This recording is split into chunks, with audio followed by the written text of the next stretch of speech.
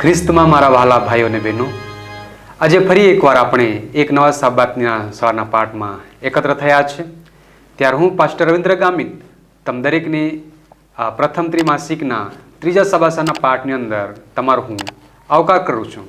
આજનો સબાસાનો પાઠ છે જીવન અને મૃત્યુ. આવો આ સબાસાના પાઠને આપણે વધુ સમજીએ માટે આપણી સાથે આજે ફરીથી દેવના સેવકો સબાસાના પાઠને વધુ સરળતામાં સમજવા માટે એકઠા થયા છે. ત્યારે આવો તેઓની ઓળખાણ તમારે આગળ કરું છું. તેઓને વિનંતી કરીશ કે તેઓ તમને તેઓની પોતાની ઓળખાણ આપશે. પ્રભુ ખ્રિસ્તની અંદર પ્રેમી સલામ. હું છું અલ્પેશ ગામિત અને આજે મારો વિષય છે રવિવારનો પાઠ ખ્રિસ્ત મોટા મનાશે અને સોમવારનો પાઠ મરવું એ લાભ છે. હું છું તમારી સાથે ઈસુફ ગામિત.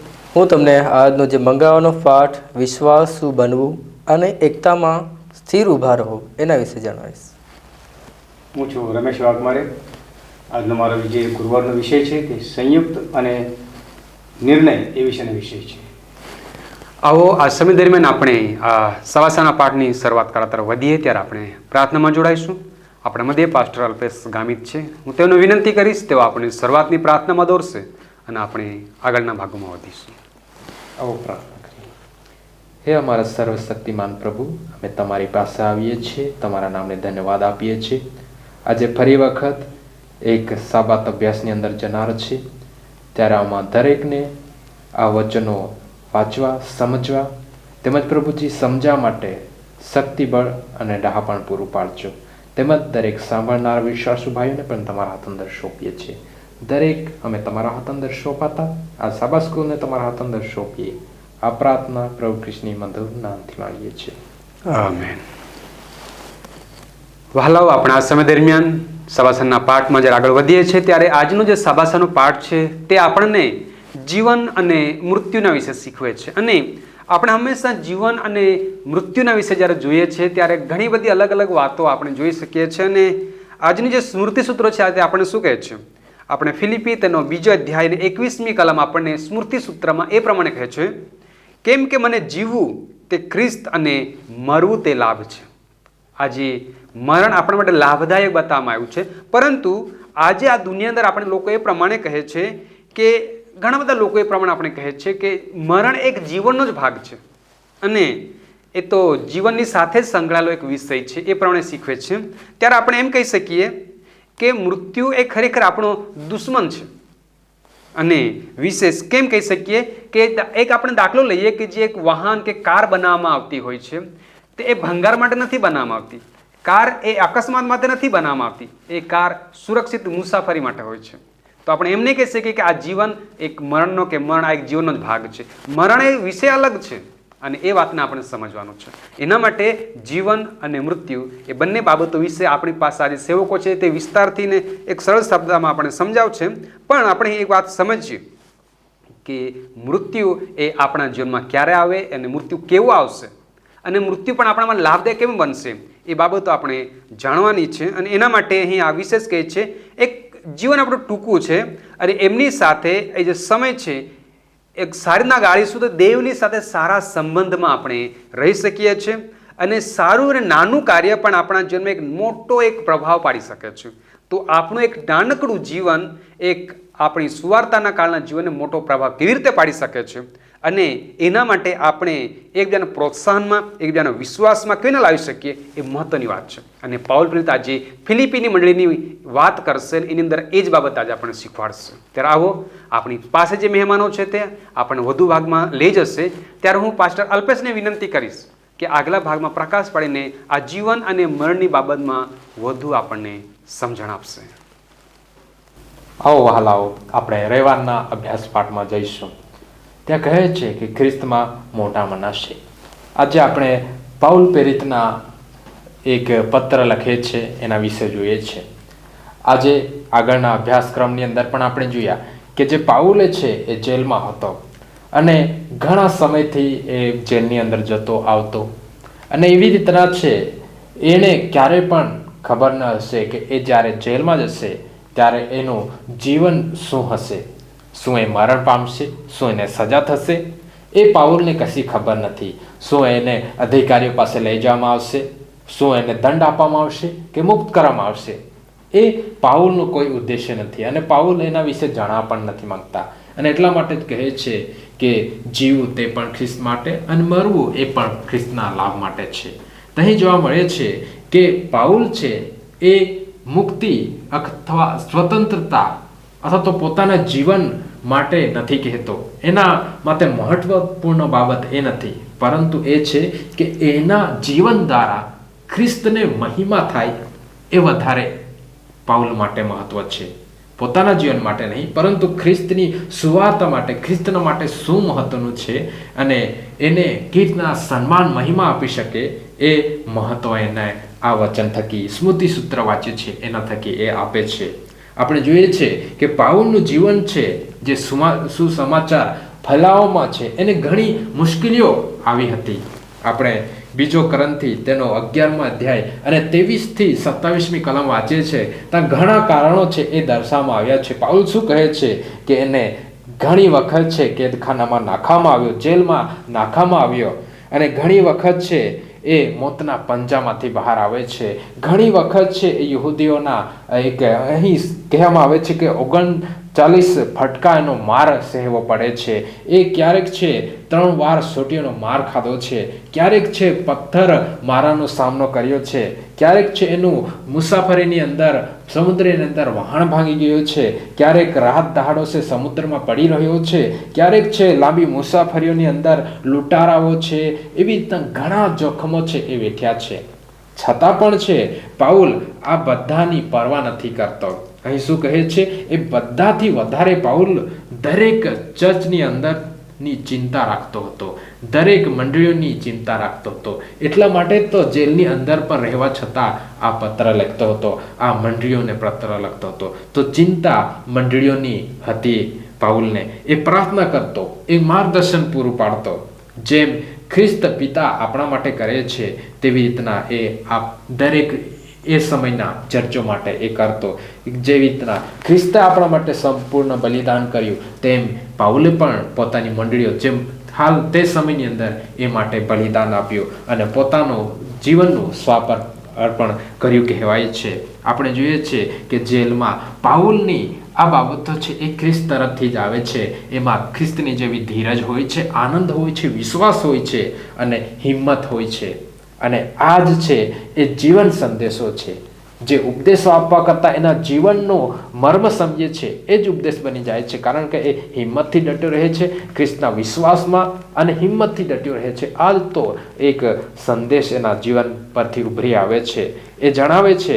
પછી એક ઊંડો સત્ય આપણને જાણવા મળે છે. એટલા માટે જ તે જે પ્રમાણે વાંચ્યું કે મરવું એ પણ ખ્રિસ્ત માટે અને મરવું એ પણ લાભદાયક છે. એનો અર્થ નથી કે ખ્રિસ્ત એટલે કે પાઉલ છે એ ખ્રિસ્તમાં મરવા માંગતો હતો, પરંતુ એના અર્થ એ છે કે એ દેવની સંપૂર્ણ યોજના પર વિશ્વાસ રાખતો હતો.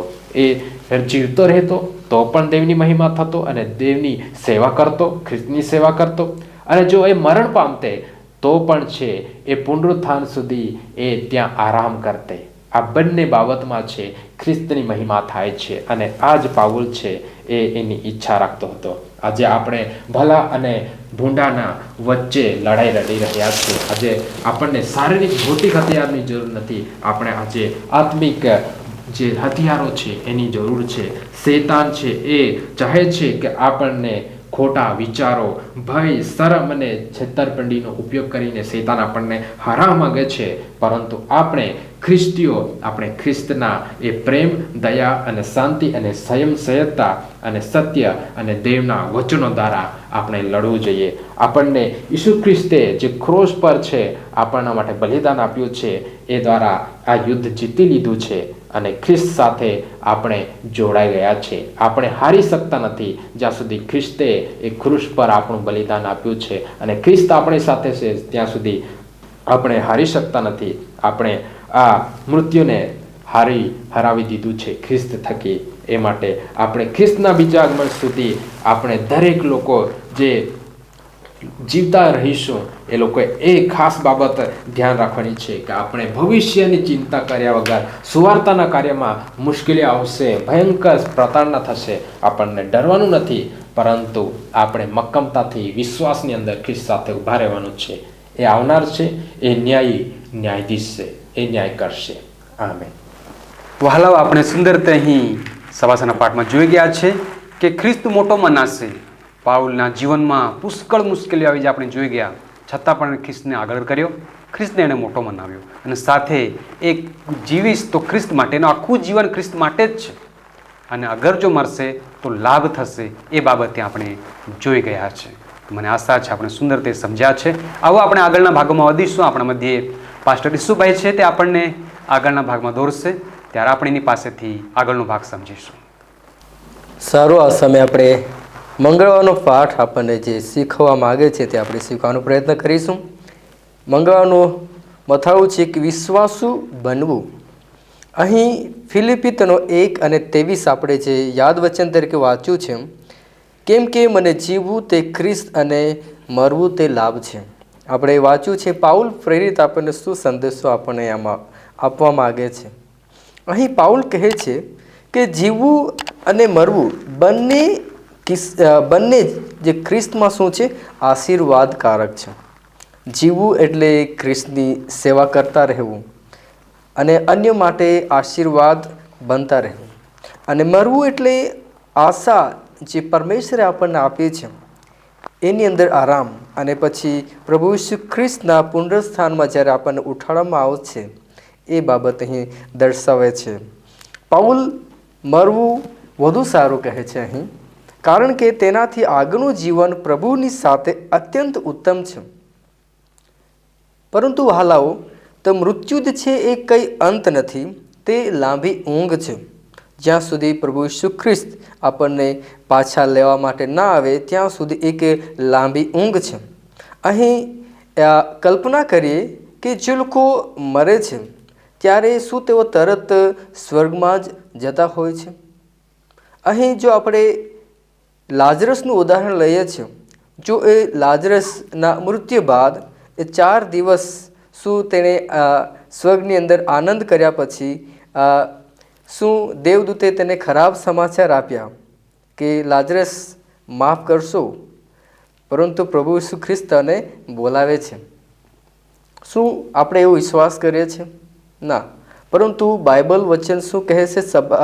બાઇબલનું વચન શું કહે છે? સભા શિક્ષક તેનો 9 અધ્યાય અને 5 કલમની અંદર કહે છે આપણને કે મૃત્યુ શું છે? એક લાંબી ઊંઘ છે. મૃત્યુ કોઈ એ અંત નથી, પરંતુ એક ઊંઘ છે કે જ્યાં સુધી ઈસુ ખ્રિસ્ત પાછા ના આવે ત્યાં સુધી. તો આપણે દરેક વિશ્વાસુ માટે એક અંતિમ આશા શું છે કે પ્રભુ ઈસુનું આગમન, પુનરુત્થાન અને સદાકાળ માટે પ્રભુ ઈસુ ખ્રિસ્તની સાથે રહેવું. આપણા દરેક મસીહ માટે એક સંદેશ છે કે ખ્રિસ્તી જીવનનો એક અર્થ છે કે આપણે આ પૃથ્વીના નથી, પરંતુ આપણા માટે એક આગામી જીવનની એક નવી આશા માટે છે. આપણે દરેકને મૃત્યુનો ભય ન હોવો જોઈએ, પરંતુ વિશ્વાસુ બની રહેવાનું, અને વિશ્વાસુ માટે આપણે આરામ અને એક પુનરુત્થાનની રાહ જોવાની આપણને કે દરેકને જરૂર છે. વહાલાઓ, એક સુંદર બાબત જે આપણને મળે છે, અને સાથે બુધવારના પાઠની અંદર આપણે જોઈશું કે બુધવારમાં એકતામાં સ્થિર ઊભા રહો એમ આપણને કહેવામાં આવ્યું છે કે પ્રભુ ઈસુ ખ્રિસ્ત જ્યારે શિષ્યોની સાથે છેલ્લી પ્રાર્થનામાં એક મુખ્ય વિષય વસ્તુ તેઓને જણાવે છે, એકતા વિશે. ઈસુએ તેમના પિતા સાથે ફરીથી જોડાવા અને આપણી સાથે જોડાણ કરવા માટે વધસ્થાનની પહેલી વાર તે દ્રષ્ટિ કરી, અને યોહાન તેનો 17 અધ્યાય 24 કલમની અંદર આપણને મળે છે. યોહાન 17 અને 24, હે બાપ, હું એમ ચાહું છું કે જ્યાં હું છું ત્યાં જેઓને તે મને આપ્યા છે તેઓ પણ મારી સાથે રહે, કે મારો જે મહિમા તે મને આપ્યો છે તે તેઓ જોઈ શકે. આ પાઠની અંદર આપણને જોવા મળે છે કે પ્રભુ ઈસુ ખ્રિસ્ત તેની અંતિમ પ્રાર્થનાની અંદર કે મુખ્ય વિષય વસ્તુ શું છે કે એકતા. પ્રભુ ઈસુ ખ્રિસ્ત તેઓના પોતાના શિષ્યો માટે પ્રાર્થના કરે છે, અને એકબીજાની સાથે એક આત્મિક એકતામાં રહેવાનું તેઓને શીખવે છે, અને તેઓને પ્રાર્થના દ્વારા શીખવે છે. અને તેથી જ તેઓ જાણી શકે કે સત્ય એકતામાં શું છે. અને આપણે દરેક આજે આ સંસારની અંદર જીવીએ છીએ ત્યારે આ મંડળીઓની અંદર પણ જે એકતા વિશે બાઇબલનું વચન આપણને શું કહે છે એના વિશે આપણે જોઈ લઈશું. અને ફિલિપી તેનો 1:27 આપણને જણાવે છે કે તમારા આચરણને લાયક થવા દો. કે આપણે સ્વર્ગને માટે જ્યારે તૈયાર થઈએ છીએ ત્યારે આપણું આચરણ, આપણો જે વ્યવહાર છે કે કઈ પ્રકારનો હોવા જોઈએ. આપણે ત્યાંના નાગરિકો છે, ના કે આ સંસારના. તો આપણે ત્યાંના નાગરિકો તરીકે એ પ્રમાણેનો આપણો વ્યવહાર, આપણે આ જગતના રાજ્યનો નહીં પરંતુ સ્વર્ગના રાજ્યના નાગરિક તરીકે આપણા વ્યવહાર થવો જોઈએ અને એકબીજાની અંદર એકતામાં રહીએ. અને આજના પાઠની અંદર કે મંડળી વિશે પણ અહીં આપણને જણાવવામાં આવ્યું છે કે મંડળીની અંદર એકતા તૂટવાનું મુખ્ય કારણ શું છે. જે જગ્યાએ ગર્વ આવે છે, કે જે જગ્યાએ સ્વાર્થીપણું આવે છે, સ્પર્ધાઓ એકબીજાની વચ્ચે હોય છે, મતભેદ પેદા થતા હોય છે, ત્યાંની અંદર એકતા તૂટતી હોય છે. પરંતુ પ્રભુ ઈસુ ખ્રિસ્ત જ્યારે એની છેલ્લી પ્રાર્થનાની અંદર શીખવે છે કે જે ખ્રિસ્તના આત્માને ખ્રિસ્ત શીખવે છે કે એકતાની અંદર રહવું. તો જો આપણે એકતામાં ન હોય તો આ એકતાની અંદર રહેવા માટે આપણે શીખીએ. અને મંડળીની જો આ નબળી પાડનારી બાબતો છે શું છે કે આ ગર્વ છે અને આ સ્વાર્થીપણું છે, સ્પર્ધા જે બાબતો છે એ આપણા જીવન માટે આપણે કાઢીએ. જે પૌલ આપણને શીખવે છે. અહીં પૌલ જે છે વિશ્વાસીઓને સ્વર્ગીય રાજ્યના નાગરિક તરીકે નમ્રતા, પ્રેમ, દયા અને માફી સાથે જીવવા માટે આપણને દરેકને પ્રેરણા આપે છે. અને પ્રભુ વિશે જે આપણને શીખ્યું છે કે આપણે એકબીજાની સાથે ન્યાયી જીવન, દયાભાવ અને નમ્રતા એ અપનાવવાથી એક સાચી એકતા શક્ય બને છે. જો આપણે સ્વાર્થીપણું, જો આપણે મતભેદ એકબીજાની રાતે રાખતા હોય તો આપણે એકતામાં રહી શકતા નથી. પરંતુ પ્રેમ, ન્યાય અને દયાભાવ રાખીએ છીએ કે સાચી એકતા જે છે, જે પ્રભુએ આપણને શીખવી છે એ આપણે અમલમાં લાવી શકીએ છીએ. આપણે દરેક મસીહીને માટે, દરેક વિશ્વાસુને માટે કે ઉત્તમ જે નમૂનો આપણને આપ્યો છે કે નમ્ર અને પ્રેમાળ બનો, જેથી કરીને આપણી જે મંડળી છે એ ઓર બી આગળ વધે અને પરમેશ્વરની સુવાર્તા આગળ વધાઈ શકે છે. આમેન. તો હાલો આપણે સુંદર તે જોઈ ગયા છે કે પાસ્ટર ઈસુભાઈ આપણને કહ્યું કે વિશ્વાસુ બની રહેવું અને એકતાની અંદર આપણે સ્થિર રહેવાનું છે. જેમ પાઉલે કહ્યું છે કે જીવન અને મરણની બાબતમાં, તેમ આપણે અંતિમ સમય સુધી વિશ્વાસુ બની રહ્યું, જ્યાં સુધી મરણ આપણા જીવનમાં ના આવે. અને વિશ્વાસુ બની રહેવાથી આપણને ઘણો જ મોટો લાભ છે. અને સાથે જ્યારે એક કાર્ય કરીએ છીએ ત્યારે આપણે એક બનીને આપણે સ્થિર ઊભા રહેવાની અગત્ય છે. કેમ કે પાઉલ એ હંમેશા એક બનાવવાની કોશિશ કરે છે, સ્થિરતામાં રહે છે અને રાખે છે અને અંતિમ સુધી વિશ્વાસુ બનાવે છે. તો આવો આપણે આગલા ભાગમાં વધીશું. આપણે મધ્ય પાસ્ટર રમેશભાઈ છે, તે આગળના ભાગ પર પ્રકાશ પાડશે. સારું, તો આપણે ગુરુવારના અધ્યયનમાં આપણે જઈશું. અને ગુરુવારનો અધ્યયનનું જે મથળું જે છે તે સંયુક્ત અને નિર્ણય એ વિષયનો છે, નિર્ભય એ વિષયનો છે. તો આપણે જીવન અને મૃત્યુ, જીવનમાં મૃત્યુ સુધી આપણે સંયુક્ત રહેવાની જરૂર છે અને નિર્ભય રહેવાની જરૂર છે. જે વ્યૂહરચના જે શૈતાને ઘડી કાઢી, આપણે જાણીએ છીએ કે આ વ્યૂહરચના ક્યારથી ચાલુ થઈ? સ્વર્ગમાંથી. અને એ સ્વર્ગમાંથી વ્યૂહરચના જે ચાલુ થઈ કે પૃથ્વી સુધી આવી ગઈ, એદન બાગ સુધી, અને ત્યારથી ચાલુ થઈને અત્યાર સુધી તે વ્યૂહરચના શૈતાનની ચાલુ છે. તે ઈચ્છે છે કે આ વિભાજન કરીને હું વિશ્વાસને જીતી લઈશ. તો વિસંગતતા જે છે તે ખૂબ જીવલેણ બાબત છે. ઈસુએ કહ્યું છે જો ઘરમાં માહોમાએ ફૂટ પડી હોય તો તે ઘર સ્થિર રહી શકશે નહીં. ઘરમાં સ્થિરતા રહેશે નહીં, સમાજમાં, મંડળીમાં સ્થિરતા રહેશે નહીં. અને તેથી દેવનો જે ઉદ્દેશ છે, દેવનો જે લક્ષ્ય છે, આપણે 3 લક્ષ્ય શું છે? એક સત્ય, બીજી બાબત એક લક્ષ્યાંક હોવો જોઈએ, અને ત્રીજી બાબત જે છે તે એકતા હોવી જોઈએ. આપણે પાસ્ટર યુસુફ, પાસ્ટર અલ્પેશ એમને આ એકતા વિશે આપણે સાંભળતા આવ્યા છે આ પાઠમાં. અને આ એકતા જે છે તે જીવનમાં જ્યાં સુધી આપણે જીવીએ છીએ, કેમ કે ખ્રિસ્તમાં જીવવું એ આપણા માટે લાભકારક છે. ખ્રિસ્તમાં જીવવું અને ઉઠવું, ખ્રિસ્તમાં મરવું એ પણ આપણા માટે સારી બાબત છે. તો જ્યારે અમે પ્રભુમાં જીવીએ છીએ, પ્રભુમાં આપણે હોઈએ છીએ, હારીએ છીએ, તો અમારી એકતા જે જણાવે છે તે એકતાની બહુ ઘણી જરૂર છે. અને એ જ માટે પ્રકટીકરણનું પુસ્તક તેનો 14મો અધ્યાય અને ત્યાં પણ આપણને જણાવે છે કે 6ઠ્ઠું વચન કે આ એક અનંત સુવાર્તા છે કે જે દરેક રાષ્ટ્ર, દરેક જાતિ, દરેક ભાષા બોલનારાઓ, જે દરેક પ્રજા માટે છે. અને તે અનંત સુવાર્તા છે તેની ઘોષણા આ રીતે આપણને કરીએ છીએ કે આપણે જોઈએ છીએ. કારણ કે આ પ્રભુએ આપેલ સંદેશને ફેલાવવાનો આપણો ધ્યેય પરિપૂર્ણ કરવા માટે આપણે એકતાનો નિર્ણયની જરૂર છે. અને આજે આ મંડળી, સેવન્થ ડે એડવેન્ટિસ્ટ મંડળીને આ જે પ્રકાશન મળ્યું છે, જે દૂતોનું પ્રકાશન છે, દરેક રાષ્ટ્ર, દરેક ભાષા બોલનારા માટે, દરેક પ્રજા માટે આ સુવાર્તા છે. તો દરેક પ્રજા એકત્રિત થાય, દરેક રાષ્ટ્ર એક બને, દરેક વિશ્વાસી એક થાય, એ જ પ્રભુની ઈચ્છા છે. અને પાઉલ ત્યાં ફિલિપીના પત્ર, જેમ કે પાસ્ટર યુસુફ એમને ફિલિપીના પત્ર 1લો અધ્યાય એનો 27મો અધ્યાય વાંચ્યો છે, ત્યાં એમ કહેવામાં આવે છે કે માત્ર ખ્રિસ્તની સ્વાર્થાને યોગ્ય આચરણ કરો, જેથી ગમે તો હું આવીને તમને જોઉં અથવા દૂર હું તો પણ તમારા વિશે સાંભળું કે તમે સર્વ એક આત્મામાં સ્થિર રહીને એક જીવતી સ્વાર્થાના વિશ્વાસને સારું પ્રયત્ન કરો છો. જેમ કે પાસ્ટર અલ્પેશ એમણે પણ 2 કોરિન્થીયોનો 11મા અધ્યાય એની પણ વચનમાં આપણે બતાવ્યું છે, ત્યાં પણ એક એકતા બતાવે છે ત્યાં. અને જો આવી એકતા પાઉલ કેટલો ચિંતિત છે તે આપણને જણાવે છે. એટલું જ નહીં, પણ પાઉલને આ પ્રકાશન ક્યારથી મળ્યું, કેવી રીતે મળ્યું? પ્રભુ ઈસુ ખ્રિસ્ત, પાસ્ટર યુસુફે જણાવ્યું કે પ્રભુ ઈસુ ખ્રિસ્તે યોહાનના પુસ્તક 17મો અધ્યાય 24માં પણ ત્યાં કહી વાત કે જેમ આપણે એક છે તેમ તેઓ પણ એક થાય, તમને હું બાપ પિતા હું તમને વિનંતી કરું છું. તો આજે અમે પણ 17 અધ્યાય યોહાનનો અને 17-19 અધ્યાય તે સત્યની એકતા માટેની સૌથી મહત્વપૂર્ણ ચાવી તરીકે તે પ્રકાશિત કરે છે. તો સત્યની બાબત આપણામાં હોવી એ અગત્યનું છે. એકતાની બાબત હોવી જોઈએ. અને આપણું લક્ષ્ય એ જ હોવું જોઈએ કે આપણે જે જોડાણ પ્રભુ ઈસુ ખ્રિસ્ત સાથે છે તે એકતા વગર થશે નહીં.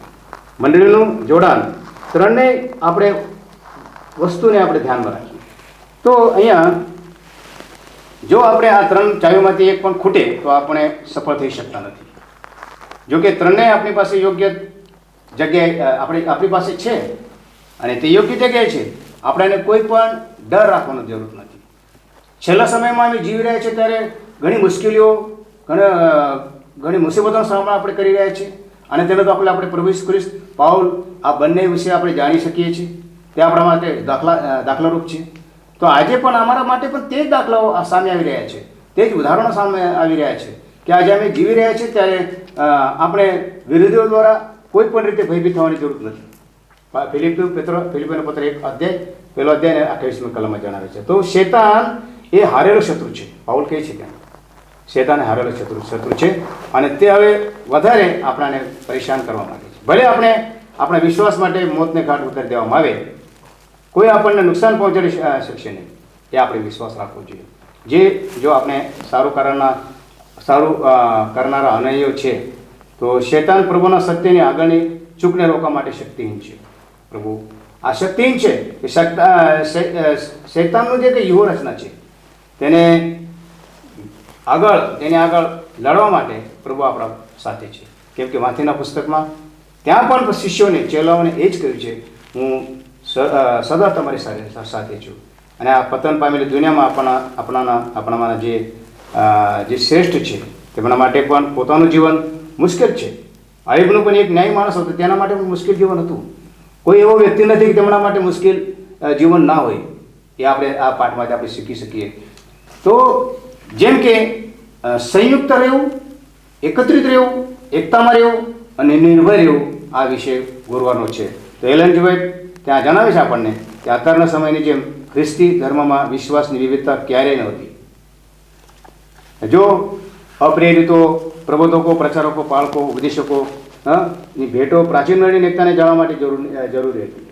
આ દરેક પ્રેરિતોએ, પ્રબોધકોએ, પાળકોએ, પ્રચારકોએ શું કરી છે? આ એકતાને માટે જરૂરી એટલા કાર્યો તેઓએ કર્યા છે. તો હવે એકતાને પુનઃસ્થાપિત કરવા માટે કેટલું વધારે હોઈ શકે આપણા માટે? આપણે તો અત્યારે સાંભળી રહ્યા છીએ, આપણે સહન કરી રહ્યા છીએ આપણે આ વિરોધાભાસ. તો ખરેખર આ છેલ્લા દિવસોમાં મંડળની એકતાને પુનઃસ્થાપિત કરવાનો પ્રભુનો હેતુ છે અને તે ભવિષ્યવાણીઓથી વિપુલ પ્રમાણમાં સ્પષ્ટ છે. ખાતરી છે કે દરેક આંખ જોશે જ્યારે ખ્રિસ્ત ફરીથી સિયોન પર આવશે અને અંતના સમયમાં જ્ઞાનીઓ સમજશે કે જ્યારે આ પૂર્ણ થશે, ઈશ્વર જેમને જ્ઞાની ગણે છે તે બધા વિશ્વાસની એકતામાં હશે. આપણાને જ્ઞાની કેમ કહેવામાં આવે છે? કેમ કે આપણે પ્રભુના વચન સાંભળીએ છીએ, સ્વીકારીએ છીએ, તેનું અનુકરણ કરીએ છીએ અને જ્યારે આ પૂર્ણ થશે ત્યારે જ એકતામાં આપણે વિશ્વાસો છે તે આપણે જોવા મળશે. અને જો લોકો વાસ્તવિકતામાં યોગ્ય રીતે સમજે છે તો તે બધા માટે એક સરખું સમજવું આવશ્યક છે. બધાના માટે એક સરખું સમજવું આવશ્યકતા છે. આજે તમે જેટલા અહીંયા સાંભળો છો, આપણાને પ્રભુની એકતામાં, વિશ્વાસમાં, નિર્ભયતામાં, સંયુક્તતામાં રહેવાની ઘણી જરૂર છે કે જેથી કરીને આપણે દેવની જે સુવાર્તા છે, જે સનાતન સુવાર્તા છે, જે દરેક રાષ્ટ્ર, ભાષા અને દરેક જાતિ માટે જે સુવાર્તા છે તે પ્રગટ થાય, એ જ પ્રભુનો હેતુ છે. તો આપણે એક થયા વગર એ થશે નહીં. આ જ પાઠનો હેતુ છે આજના ગુરુવારના વિષયનો. આમે તો હાલો, આ સમય દરમિયાન આપણે દેવ પિતાનો આભાર માનીએ. પાસ્ટર રમેશભાઈ મારફતે આપણે સુંદર બાબતો શીખી ગયા છે અને આજનો સભાસનો પાઠ આપણને વિશેષ એ જ બાબત શીખવાડે છે કે આપણે એકતામાં અને સંયુક્ત રીતે નિર્ભર આપણે રહેવાનું છે. તો હાલ આ સમય દરમિયાન હું આમંત્રિત મહેમાનગણનો વિશેષ આભાર માનીશ. તો આપણે સુંદર રીતે આજના સભાસના પાઠમાં દોર્યા છે. સુંદરતા આપણને સમજણ પડે એવા સરળ શબ્દોમાં આપણે આજના અભ્યાસ પાઠની સમજ આપી છે, માટે તેઓનો વિશેષ હું આભાર માનું છું. પ્રભુ તેઓને આશીષિત કરે અને એ જ પ્રમાણે તમે દરેક જોનાર આ વિડીયો જોઈને તમે આશીષિત થયા છો, તમે પ્રભુના વચનમાંથી ઘણું શીખ્યા છો એવો મને વિશ્વાસ છે. અને જ્યારે તમે જોઈ રહ્યા છો ત્યારે હું તમને દરેકને વિનંતી કરવા માગીશ કે આ વિડીયોને તમે લાઈક કરો, આ વિડીયોને તમે તમારા મિત્ર મંડળમાં તમે શેર કરો અને આ ચેનલને તમે સબસ્ક્રાઈબ કરો અને જે બેલ આઇકન છે એને દબાવવાનું ભૂલશો નહીં, એને દબાવો જેથી આવનાર જે નવા વિડીયો છે તેની તમને નોટિફિકેશન મળતું રહે. અને જો તમે પ્રાર્થના માટે વિનંતી મૂકવા માગો છો કે જાણવા માગો છો તો તમે કોમેન્ટ બોક્સમાં લખી શકો છો. પણ વધુ જાણવાની ઈચ્છા હોય તો તમે અમને લખી શકો છો digitalwiu@gmail.com આ પર તમે લખો, એનો જવાબ અમે તમને આપીશું. આવો આપણે ફરીથી ભેગા મળીશું. આ સાબાસાના પાઠને હવે પૂર્ણ કરીએ. આવો આપણે પ્રાર્થનામાં જોડાઈશું. આપણા મધ્યે ઈસુભાઈ છે, વિનંતી કરીશ તે આપણને છેવટની પ્રાર્થનામાં દોરશે. આવો આપણે પ્રાર્થના કરી. પવિત્ર અને અનુગ્રહકારી પરમેશ્વર પિતા પ્રભુજી, ફરી એકવાર અમે તમારા નામને આભાર માનીએ છીએ, ધન્યવાદ કરીએ છીએ. સુંદર સમય પિતા પ્રભુજી તમારા વચનોનું અધ્યયન કરવા માટે તમારા દાસો થકી પિતા પ્રભુજી તમે અમારા મધ્યમાં રહીને તમારી અગુવાઈ થકી જે કંઈ પિતા પ્રભુજી તમે અમને અગુવાઈ કરી અને તમે અમારા મધ્યે રહીને જે કંઈ બોલ્યા છે પિતા પ્રભુજી, એ માટે અમે ઘણો ઘણો આભાર માનીએ છીએ. અને વિશેષ પિતા પરમેશ્વર, આ સમયે જેટલા કંઈ બાળકો આ વિડીયોને જોઈ રહ્યા છે પિતા પ્રભુજી, દરેકને સમજવા માટે પ્રભુ તમે સહાયની મદદ કરી છે, માટે પણ આભાર માનીએ છીએ. વિશેષ પિતા પ્રભુજી, તમારું અધ્યયન, તમારા વચનોનું અધ્યયન કરવા માટે પ્રભુજી તમે જે કંઈ સમય પૂરો પાડ્યો એ માટે આભાર માનતા ટૂંકી પ્રાર્થના ઉદ્ધાર કરતા પ્રભુ ઈસુ મસીહના નામમાં માગું છું. આમેન. વાલાઓ, ફરી એકવાર આપણે આવતા અઠવાડિયે પાછા મળીશું. ત્યાં સુધી પ્રભુ તમ દરેકને તેની દયા, તેની કૃપા અને તેના આશીર્વાદમાં સદૈવને બનાવી રાખે અને તેની સુરક્ષા તમ દરેકની સાથે સદૈવ બની રહે. આમેન.